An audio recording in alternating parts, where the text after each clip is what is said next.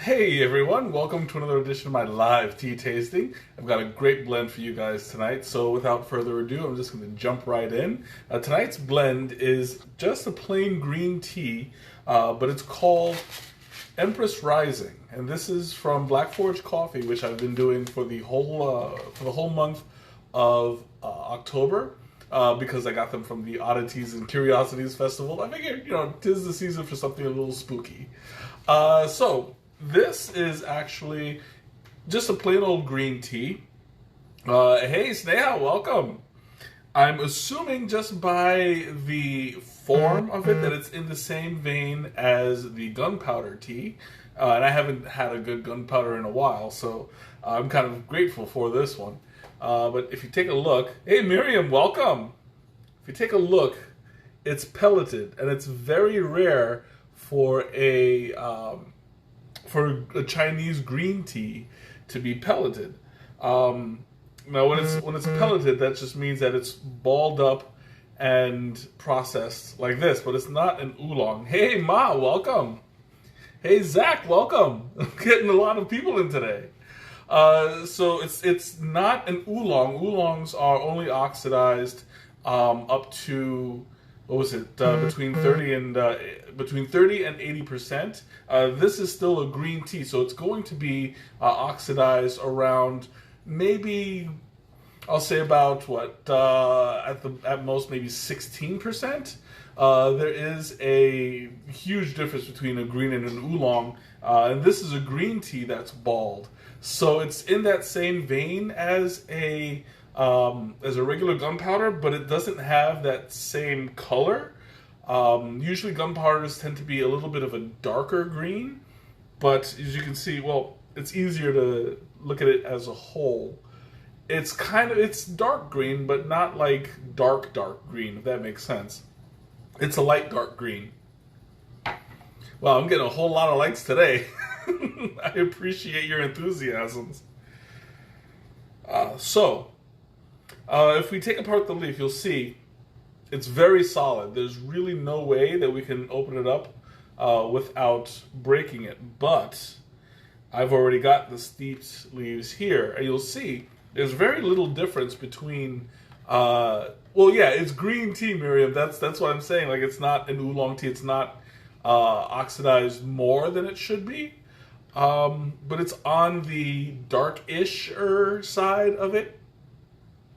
But you'll see there's not a whole lot of difference. And I think that's pretty much on point to what happens with a gunpowder tea. So I steep this for 3 minutes at about 180 degrees Fahrenheit. And you'll see it opens up, but not a whole lot. Like, it's certainly bigger than what it should be, but it does have the capacity to open up further. Let's see if I can do this without ripping it up. Now, naturally, if you were to make the water hotter, it would open it up more naturally. There we go. I have some sort of success with this. So you can see there's still a bit of room for it to grow. So technically I could have kept it in longer for the leaf to open up, so I could have probably done a 5-minute steep, but traditionally green teas are done between 2 to 3 minutes, so I didn't want to I didn't want to over steep it and risk bringing out the bitterness of the leaf. So I played it safe, and I steeped it for just the 3 minutes, and it looks like it came out fine otherwise. So when I smell it, hey Mickerdoodles, welcome! When I smell it, it's very vegetal, very salty sweet. Like, usually gunpowder is on the savory side, kind of smoky. This one is kind of salty and sweet. It's got a little bit of that smokiness to it, but it's not overly done. So this is a really nice gunpowder-ish kind of blend, and I'm really enjoying it so far. If you take a look at the color, look at how bright that green is, and so clear. It's a little bit murky, But I think part of that is only because of the light. Um, I don't have a really strong light force behind me. Is this like fake gunpowder? I wouldn't call it fake gunpowder because it doesn't claim to be gunpowder.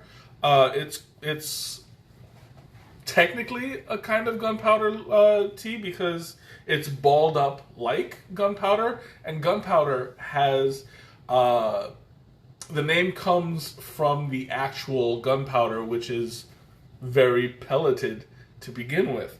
So there is no standard for how deep a gunpowder tea should be before it's balled.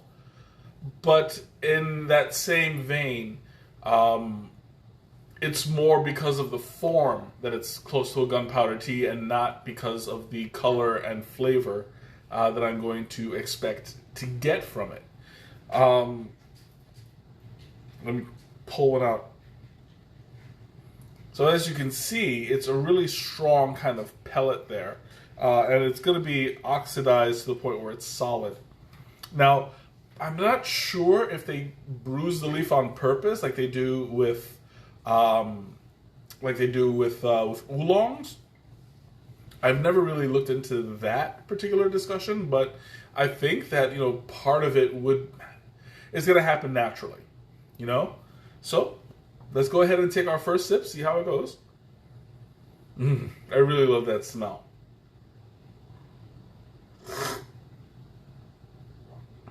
Mickerdoodle says, I wonder if you can use tea as ammo. Probably not. I mean, it depends on what you're using. I would be akin to using more of a slingshot rather than an actual gun, because this stuff hopefully doesn't explode on impact. So yeah, we won't be using it as ammo.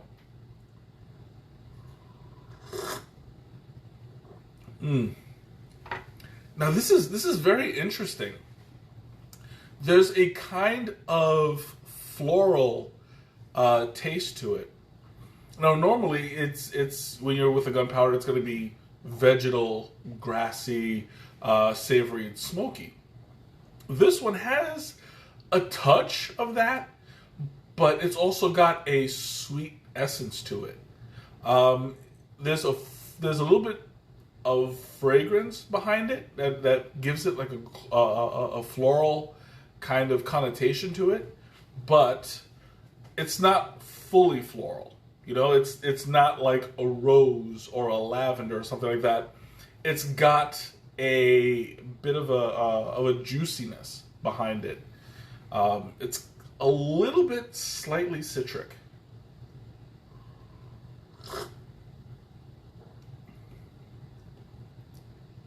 Like, this is really good. I need another sip. It's not as vegetal as I thought it would be. I like, it smells saltier than it is, if that makes sense. Like, it has a kind of ocean water to it, but on tasting it, it's actually pretty sweet. There's a little bit of like an orange peel kind of flavor to it, not the actual orange itself. And like, I don't want to say orange rind because that has a connotation of being a little bit bitter. This one has more of the citrus flavor behind it, and I'm thoroughly enjoying this. I was not expecting this kind of a flavor profile from the scent. And usually, it's a green tea, so I have certain expectations, although I try to keep an open mind going in. I have certain expectations where it's just, it's a little bit unexpected, but I like it. And I'm also glad that I didn't oversteep it, because green teas tend to be a little bit delicate. And it could take on like a soapy kind of flavor. But this one actually is really balanced, really smooth. And if you know somebody who's like just starting off trying green teas, this would be an excellent way to start them off because it's not heavy on the vegetal flavor. It's not super strong. It's nice and smooth, and it's close to a regular green tea, but not for you. I don't know. You might like this one because I know that you're not big on green tea in general, but this isn't your typical green tea. I would recommend trying a small little handheld teacup kind of a thing. I think it would do pretty well. Because I tend to, when I go for green teas, I tend to move toward either certain Chinese green teas along the lines of like Pilo Chun, Dragon Well, something like on the lighter end. I can drink, and sometimes I have to be in the mood for a gunpowder, but that's more of the stronger vegetal. Or I generally prefer the Japanese green tea over the Chinese. What was this? Bella looks over every time I slurp. Oh yeah, well she knows the drill. Hi Bella. That one was for you. But the way that it just sits on my palate, it's got a certain kind of texture, a slight thickness, and a nice kind of creaminess on the back end. Like that's more what I get from a Japanese green tea versus a Chinese. What I'm getting from this one has a little bit of that texture to it. It's slightly thick, still sweet, and the tannins are low. Like it's not very bitter. It could be if you're sensitive to it, and there is a slight sense of that, and that's why I'm saying like if you're sensitive to it, it'll be overt. But in this case, it's really not a whole lot of that astringent feeling to it.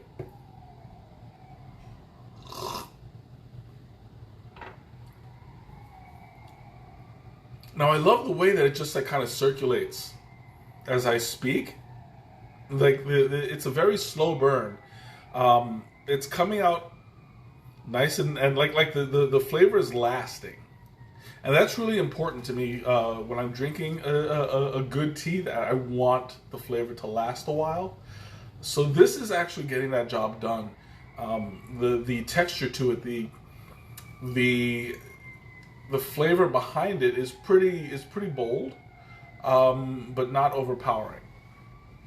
I'm not going to drink it and then start coughing because it's just losing control of my palate. It's tasting really good, and it's giving me the opportunity to enjoy the flavor longer as I speak. Sometimes when that happens, like if you speak or as you're breathing through your mouth, it gets rid of the flavor quicker. This one, it's holding its own pretty well. Oh, excuse me.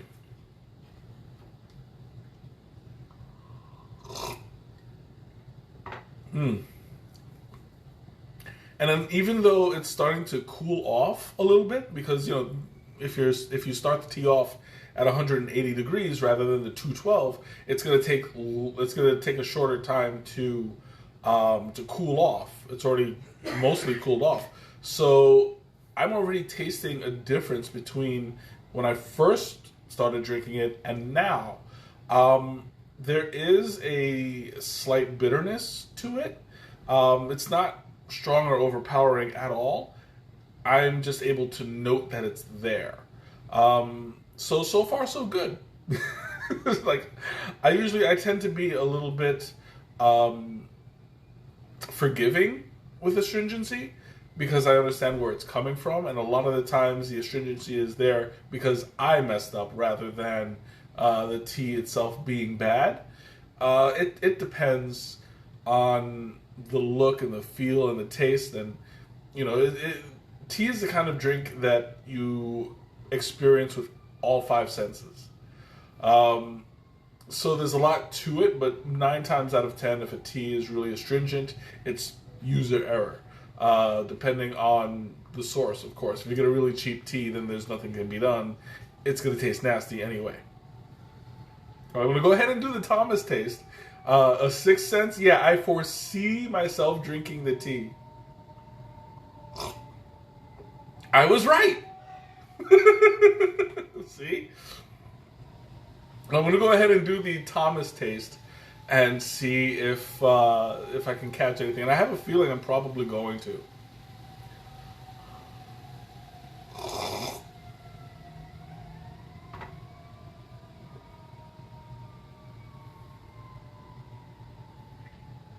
Oh, yeah. I'm getting a little bit more. This is interesting. I'm getting a little bit more of the astringency, a little bit of the bitterness, but I'm also getting notes of cocoa. So I'm experiencing kind of like a dark chocolate kind of thing. And it's not rare for a green tea to have this kind of a thing, but it's always surprising when it does.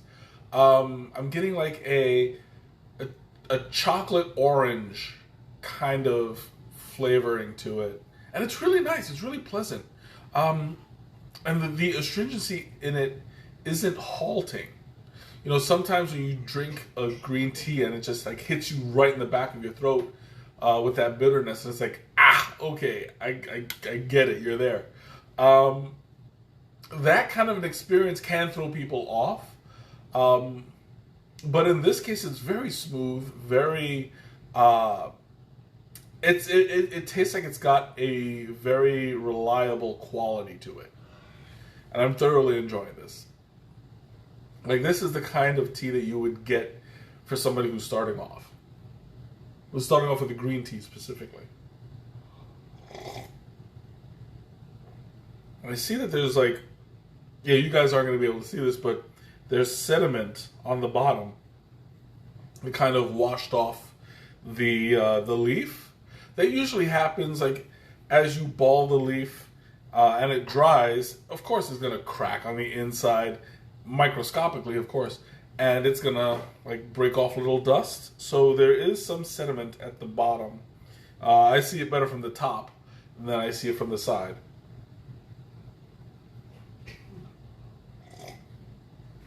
And it still does have like a little bit of the cloudiness in it. There's a lot of stuff that's just swirling around. I mean, that's usually nothing but oxygen in there, but some people do judge by why does tea have sediment? I just answered that. It's because the tea leaf itself, like as you break it or as it oxidizes, it gets a little dusty, and being balled up, it traps it in there. So when the leaf opens up, it releases the dust into the water. So that's why this particular tea has sediment. Other teas, different reasons, because different productions. But when you're dealing with taking a leaf that's really brittle to begin with and drying it up, heating it, oxidizing it, a lot of the time there's going to be damage of some sort. So that's where the sediment comes from. It's just a matter of how much. And you're never really going to find a whole lot of sediment in a quality tea. Unless, of course, it's like technically a matcha is all sediment because it's powdered. And it depends also on how finely powdered it is that it can be considered sediment. But because it mixes well, it's sediment in a good way.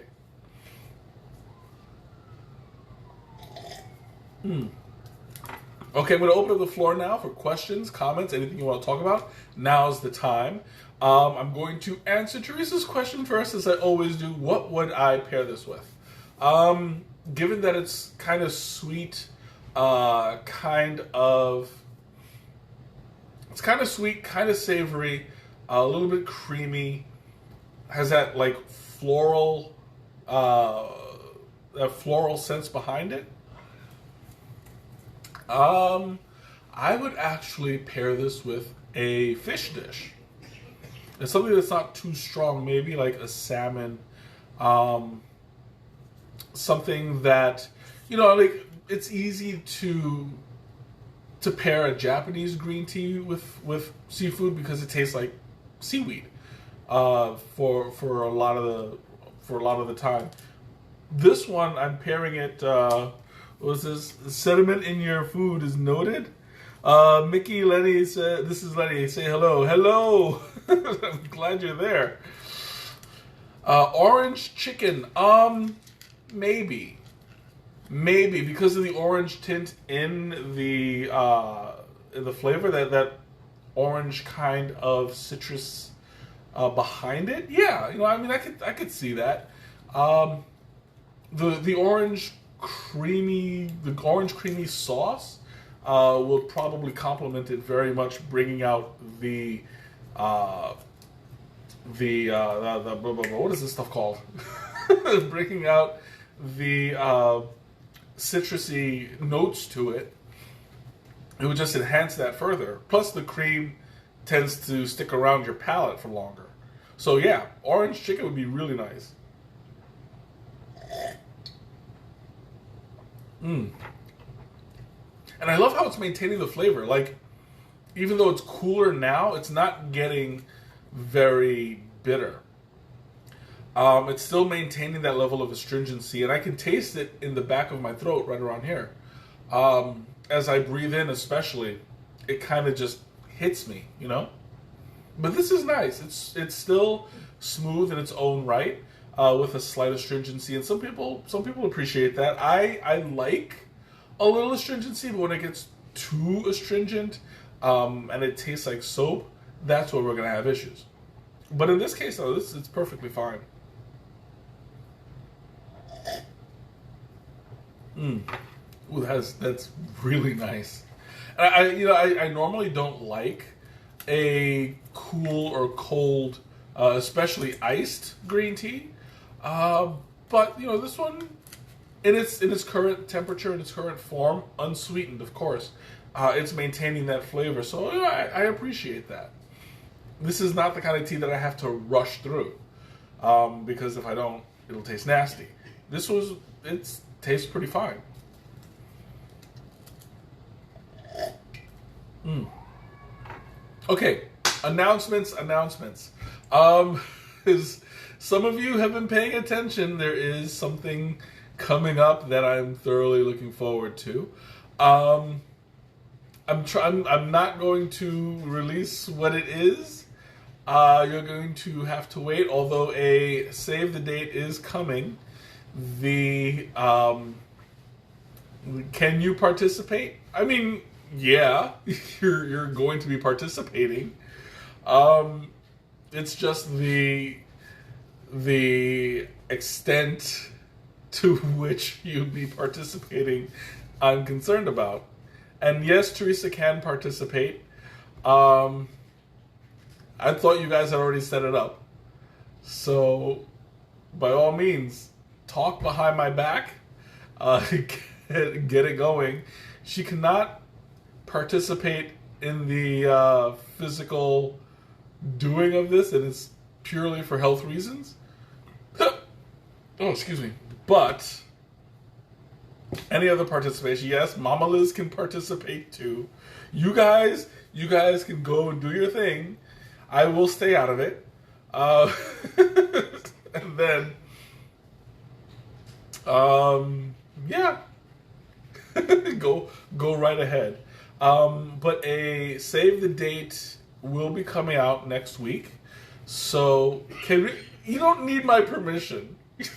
If you need to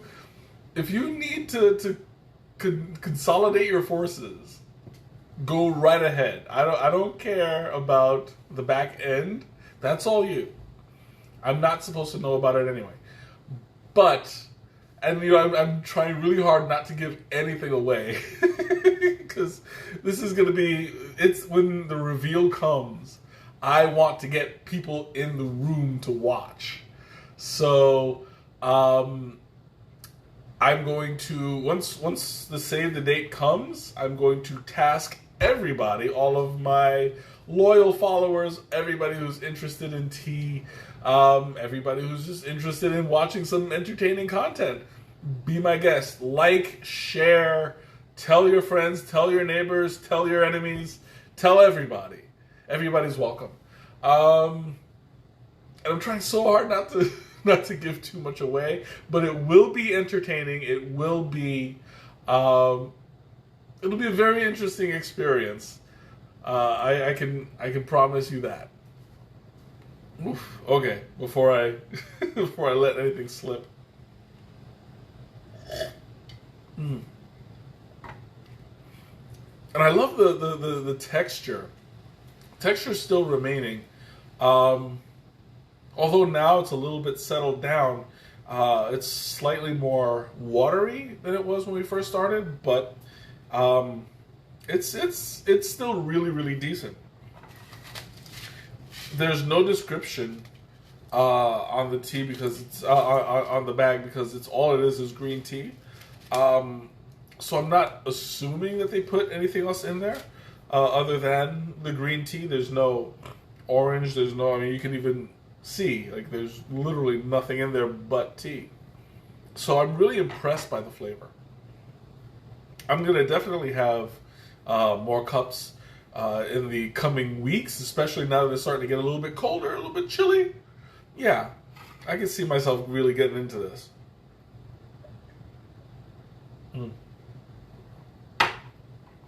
Oof. Okay, well, that being said, I'm going to go ahead and close tonight's episode. Thank you so much for joining me. Once again, this has been Empress Rising.